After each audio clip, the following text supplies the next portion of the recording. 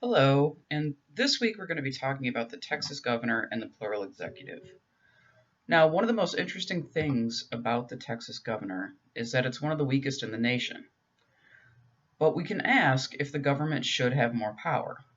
Like most things in this class, some people think that the governor should have more power and others do not. Let's look at both sides of the argument and you decide which side of the argument is more compelling to you. So first we'll start with the pros. One argument to give the governor more power is to curb the power of bureaucrats who may have too much discretion to act when there's no clear executive authority. We're going to talk about bureaucracy in a later chapter, but bureaucrats are one of the few portions of government that most people will interact with on a daily basis. And so it's important that they have a clear directive as to how exactly to implement the laws that are passed by the legislature. Another argument for giving the governor more power is that the long ballot system confuses the public when it votes, and giving the governor more power would decrease the length of the ballot. As it stands right now, Texas voters have to vote on a tremendous amount of things each election, and that creates what's called a long ballot system. If the governor had the ability to implement more policy on his or her own without the public having to vote, it would decrease the amount of political knowledge that the public would have to have. Another argument for giving the governor more power is that Texas needs someone with greater authority to show mercy to convicted felons facing the death penalty. And again, this is something we'll talk about more in a later video. But basically, this particular argument says that since we have the death penalty in Texas, we need to make sure that somebody has ultimate authority in giving out the death penalty. People in favor of giving the governor more power also argue that a governor needs to be able to control all boards and commissions soon after election in order to implement their policy agenda. If the governor doesn't have enough power, then they have a difficult time figuring out who to talk to in order to accomplish what they want to.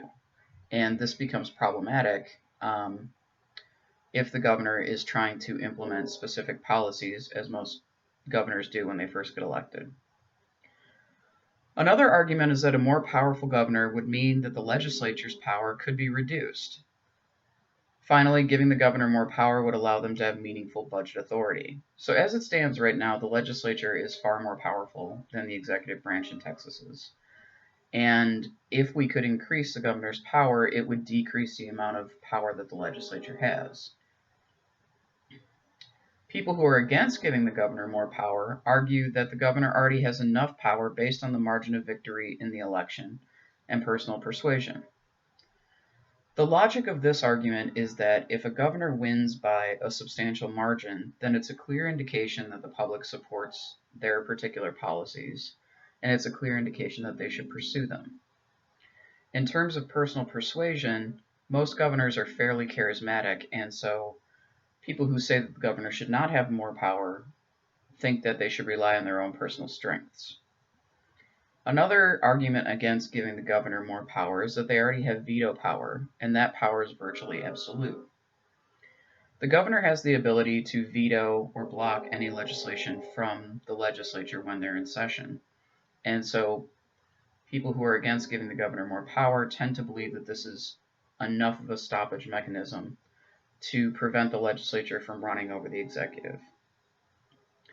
People who are against giving the governor more power also argue that the dispersion of power is a good way to keep one person from getting too much control.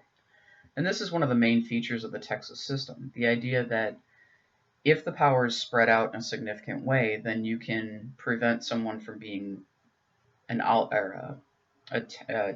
tyrant or something like that.